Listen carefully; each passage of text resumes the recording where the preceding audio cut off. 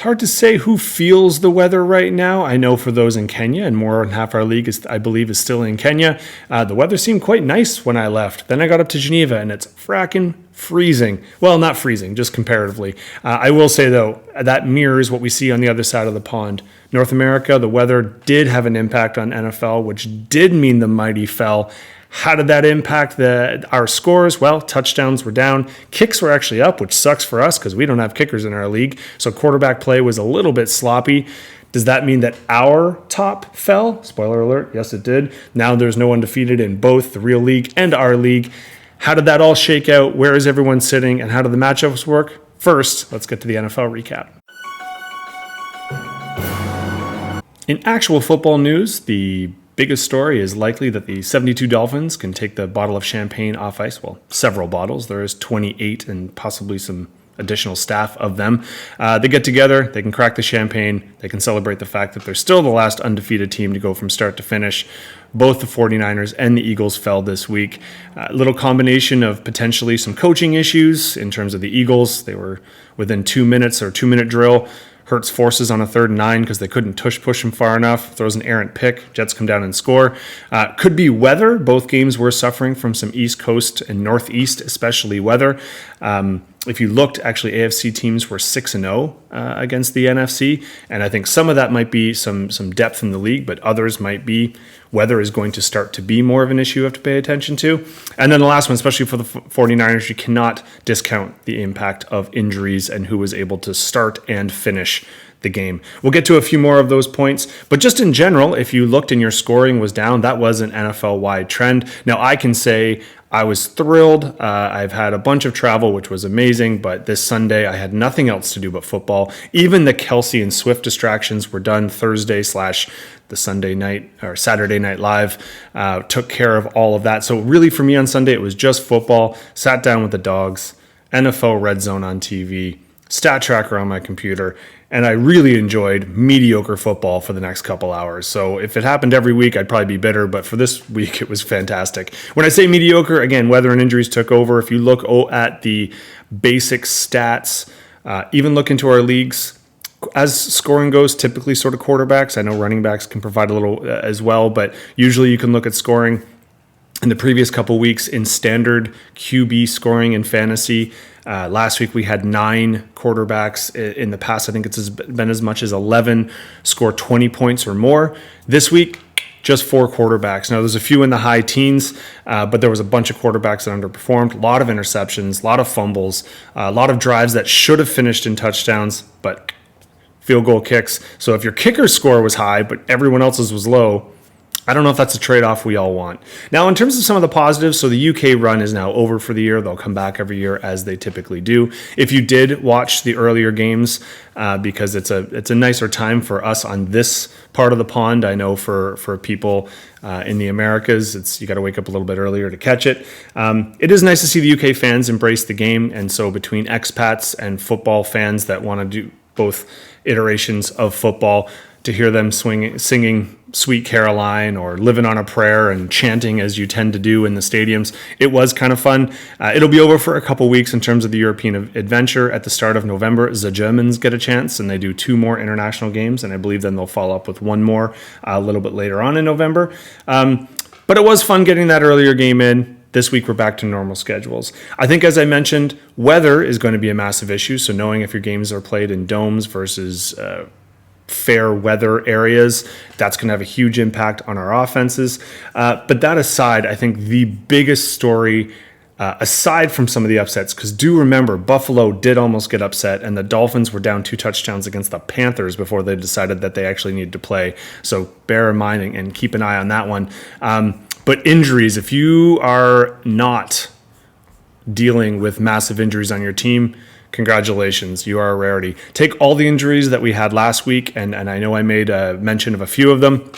Now, Barkley and Eckler came back, which is good news for their owners, but a lot of those injuries are going to carry on. Throw in this week, you got people like Fields, Lawrence, Tannenhill, Jimmy G, Mayfield, McCaffrey, Montgomery, Williams, Rivers. I know he's a backup, but he would have been picked up if he wasn't hurt. Tyreek Hill went in and out of the game and then back in. Same with Garrett Wilson. DK Metcalf. Samuel was out for the entire game, which really killed a lot of his people. Chenault, which I know not a lot of people have, but he is technically still an injury. This is adding up. So if you're looking at your team and you've just got a bunch of questionables, keep an eye. You're not the only one, and I certainly think that's something you're going to want to pay attention to. Hopefully moving on to week 7, maybe we get some normalcy. Maybe we don't. I think the bye weeks, just paying attention to them, and I'll just mention them now, then we'll jump back. So it's Carolina, it's Houston, it's Cincinnati, it's the Jets, it's Tennessee, and Dallas. Combine that all together with your injuries, and I think a lot of people are going to have to get creative for week 7. But before we jump ahead and get to week 7 and worry about those issues, let's look back on the fantasy week that was, and here are the matchups from week 6. There's going to be a couple reoccurring themes in our first couple matchups that are going to piss people off, but once again, in our top 2 that we're going to cover, not only did they have our top 2 scorers, but they also had our 3rd and 4th scorers. So while Woody here represents our top scorer of the week at 173, it's been a while since our top scorer wasn't pushing 200, but 173 in a week like this is nothing to sneeze at, especially considering if you're in other fantasy leagues with kickers, your kicker probably went off, which means other people were not scoring touchdowns. We don't have kickers, so we can't make up for that. So the 173 even has more importance. Rennie, unfortunately, you're putting up a good fight here, pal. You are a 3rd highest scoring team, meaning there really is only 2 people you could have played to put yourself in this spot. That's going to stink, but if we do have a tight league, like I think we're gearing up to be, it does mean your points for and against, you don't even care. You stop listening because you just said, who cares, I lost, this sucks. Trying to make it feel better.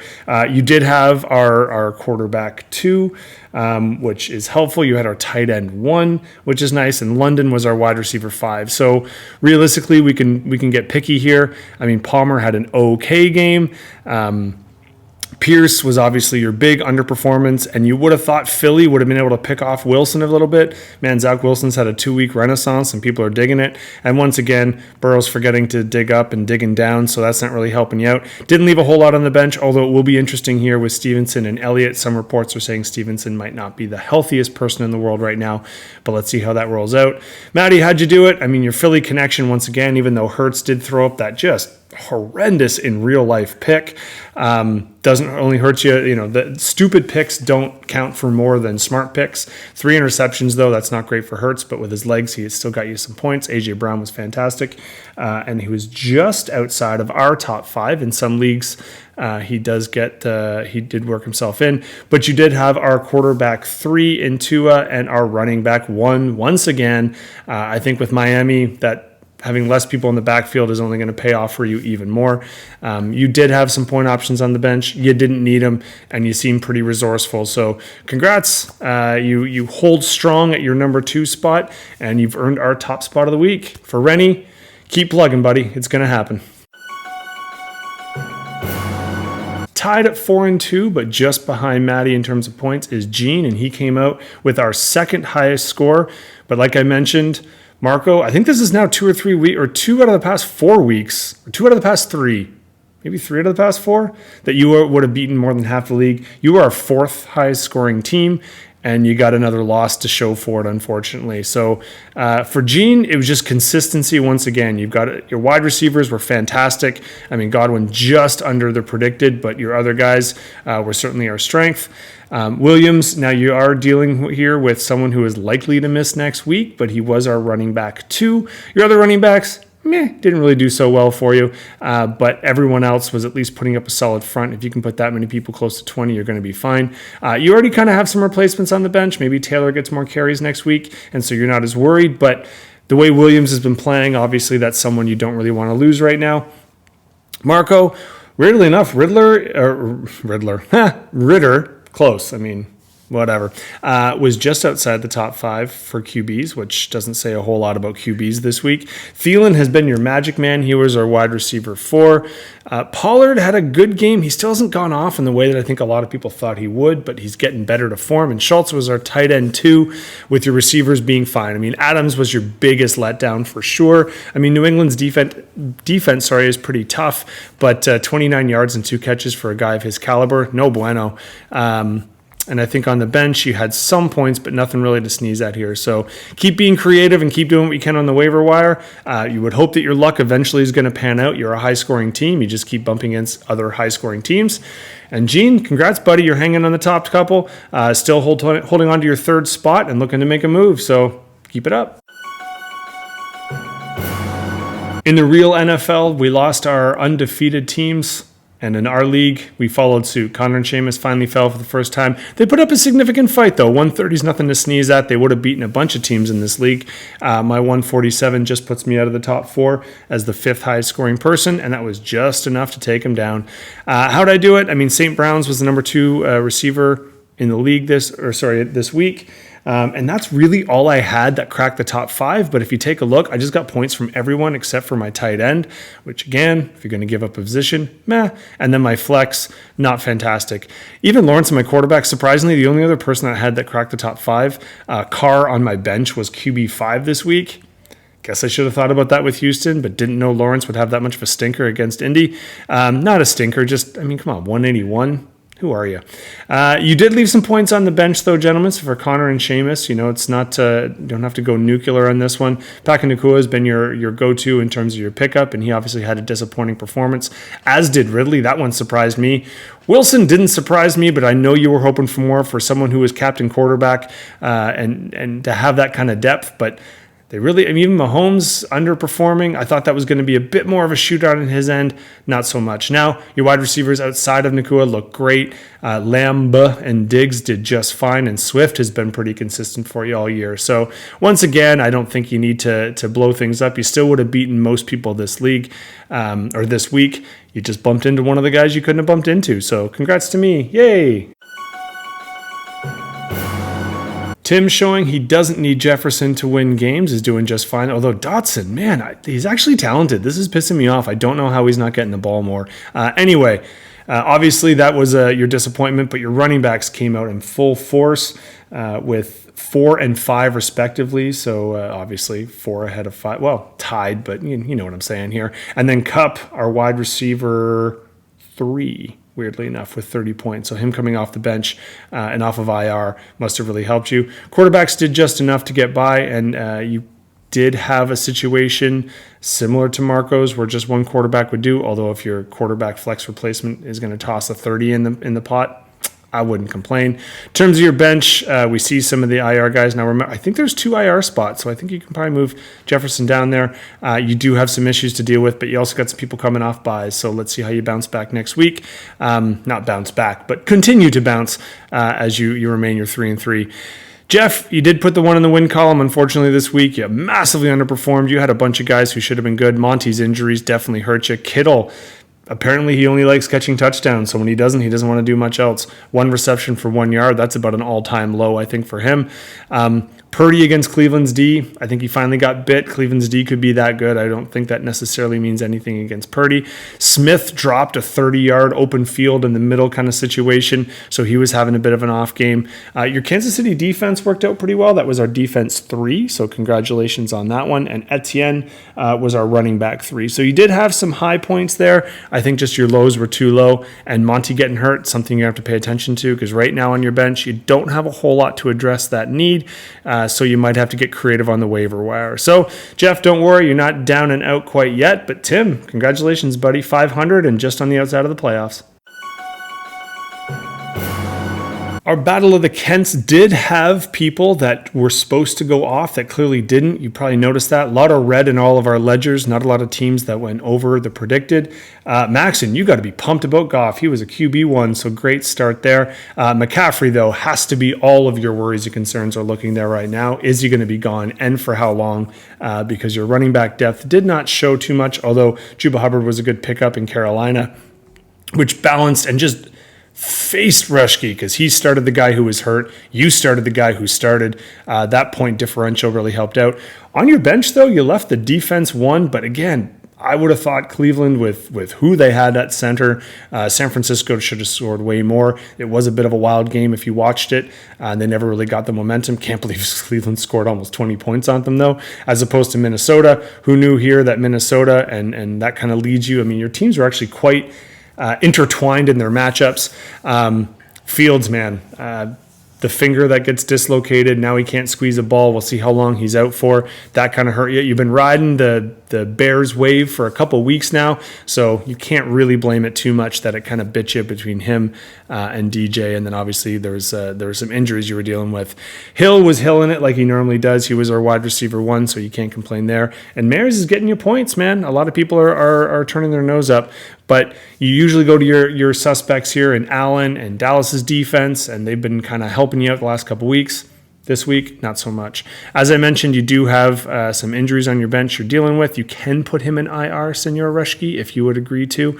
The one situation I think it's really interesting with Fields, technically Watson has cleared the team doctor's injury report for 2 weeks in a row now, and he just doesn't seem to want to play. I don't know what that situation is going to look like. I don't know if you know what that situation is going to look like, but I'm assuming you want your second quarterback, so you may have to go shopping for a replacement. Maybe getting the Fields' understudy, who, has a funny name. I think actually the dude we're looking at here in Chicago has got an interesting story. His dad is like a professional arm wrestler or something. I don't know. I'll come armed for next week if he ends up starting. But he's worth looking into if you have a few minutes to kill. And if you don't have a few minutes to kill, why are you watching this? So clearly you do.